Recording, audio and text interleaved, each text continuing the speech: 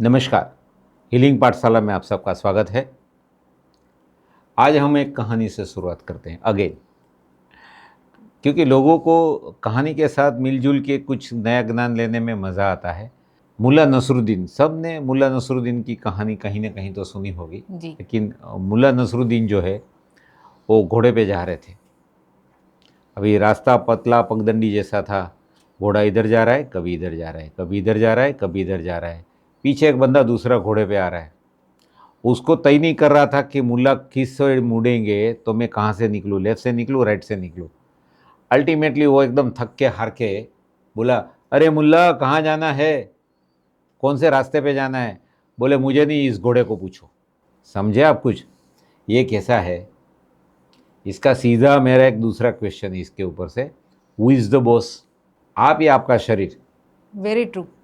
बहुत बार ऐसा होता है, काफ़ी सारी परिस्थितियों में शरीर जो कहता है वो हम करते हैं। मान लीजिए सुबह उठ के एक्सरसाइज करने जाना है, शरीर कहता है अभी सोए रहो, है ना, काफ़ी अच्छी ठंडक है, कौन उठेगा, कल से करेंगे। और आपको भी पता है वो कल कभी आता नहीं है। तो again who is the boss? Exercise करना आपकी ज़रूरत है और आप लेटे हुए हैं, तो कौन डिसाइड कर रहा है कि आप क्या करेंगे? राइट। अभी तो मौसम बहुत बढ़िया होता है, एटलीस्ट अहमदाबाद का तो बोल सकता हूँ। सुबह बहुत खुशनुमा वातावरण होता है, तो लोगों को ज़्यादातर शवासन पसंद आता है, क्योंकि सोते रहना पड़ता है ना उसमें, वो ज़्यादा अच्छा है, ना कि अलग कोई प्रकार के योगा। जी।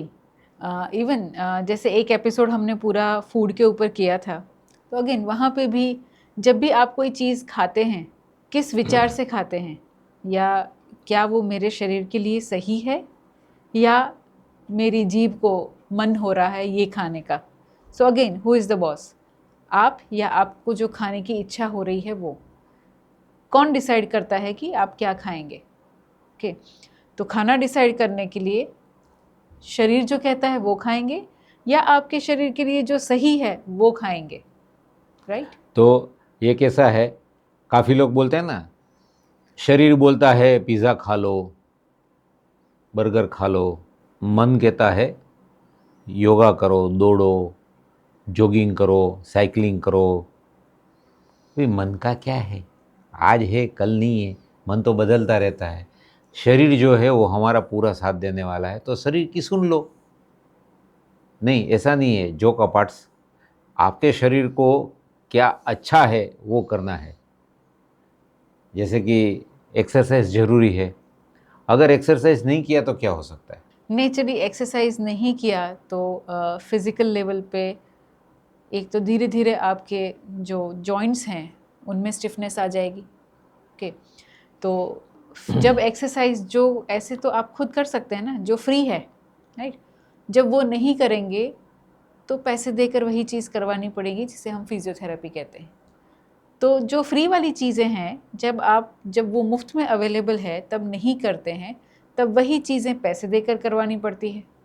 जब ठीक से प्राणायाम वगैरह नहीं करते हैं, अपने फेफड़ों की परिस्थिति को या उनकी कंडीशन को मेंटेन नहीं करते हैं, तो आर्टिफिशियली सांस लेना पड़ता है वेंटिलेटर से या और बाइपेप से। इसी से याद आया, कोरोना ने सबको ऑक्सीजन का कीमत बता दिया। लाख रुपया देने से भी ऑक्सीजन सिलेंडर नहीं मिलते थे। अगर वही चीज़ पहले प्राणायाम अच्छी तरह किया होता तो आपका लंग्स का कैपेसिटी बढ़िया होता, तो एटलीस्ट आप 50% तो ऑक्सीजन पैदा कर लेते, राइट। क्योंकि और यही प्राणायाम के बारे में हमने पिछले एपिसोड्स काफ़ी टाइम पहले बनाए थे, आप वो जाके देख लीजिए, आपको पता चलेगा लंग्स का कैपेसिटी कैसे आप इंक्रीज़ कर सकते हैं, राइट। तो आप देखिए, क्योंकि जैसे हमारे पास ऐसे बहुत से एग्जाम्पल्स हैं।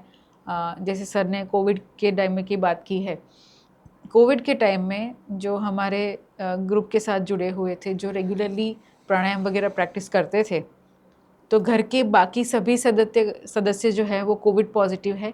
एक हमारा जो स्टूडेंट है या प्रैक्टिशनर जो है, क्योंकि वो प्राणायाम वगैरह रेगुलरली प्रैक्टिस करते थे, तो उसी घर में रहने के बावजूद वो कोविड नेगेटिव है, तो उनको आइसोलेट करना पड़ता, क्योंकि घर के सभी लोग बाकी कोविड पॉजिटिव है। और ऐसा तो है नहीं कि रिपोर्ट आने के बाद ही पॉजिटिव होते हैं, राइट।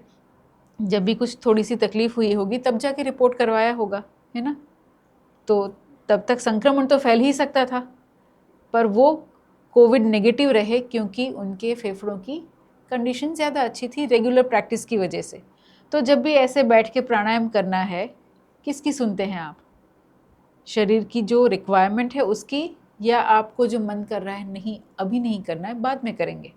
तो आपको भी अगेन, जैसे पहले भी मैंने कहा कि वो कल नहीं आता है कभी, ना वो बाद में करेंगे आता है। तो प्रायोरिटी आपको डिसाइड करनी होती है कि किस समय आपको अपने बेड से खड़े होके, जो सुबह सुबह आपको जकड़ के रखता है, उसको छोड़ के खड़ा होके एक्सरसाइज, प्राणायाम, मेडिटेशन जो भी आप कर सकते हैं, वॉकिंग, जॉगिंग, राइट, या इवन कुछ लोग योगा करने जाते हैं।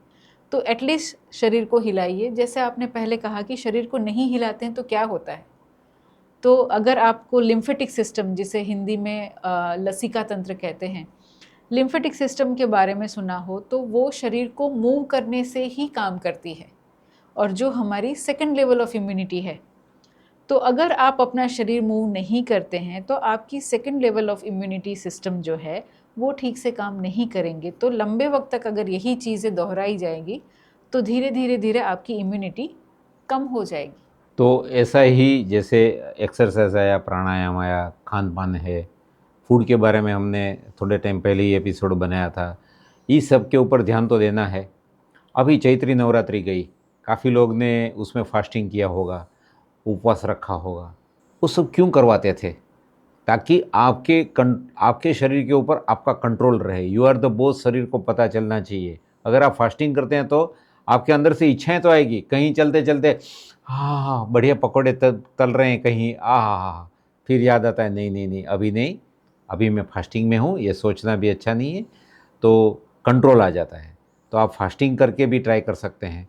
एटलीस्ट वीक में एक बार फास्टिंग करिए, या साल में 7 दिन के लिए करिए। जैसे चैत्र नवरात्रि आती है, अभी और नवरात्रि आएगी, तो आप तब कर सकते हैं। लेकिन लोग क्या करते हैं, फास्टिंग तो करते हैं, इसके बाद में फलाहार के बदले फलाहारी चीज़ें खाते हैं। अभी तो फलाहारी सैंडविच आ गया, फलाहारी भेल आ गया, पिज्ज़ा भी मिलता है। पिज़्ज़ा भी मिलता है, फलाहारी पिज़्ज़ा, पता नहीं लोग क्या क्या बना के खाते हैं। नॉर्मल खाते इससे ज़्यादा तो उपवास में खा लेते हैं। उपवास का मतलब टोटल फास्टिंग, कुछ नहीं खाना है। अगर पहले आप शुरू डायबिटिक में पेशेंट हैं या ऐसा कुछ है तो आप कुछ थोड़ा इंटेक ले सकते हैं, अदरवाइज तो करना जरूरी नहीं जनरली है। जब ऐसे फास्टिंग करते हैं तो शुरू में थोड़ा सा दिक्कत आता है, क्योंकि एक मेंटल आदत होती है वो खाना खा लो, खाना खा लो, ठीक है। वैसे भी आपको पता है एक दिन ना खाने से मर तो नहीं जाते हैं।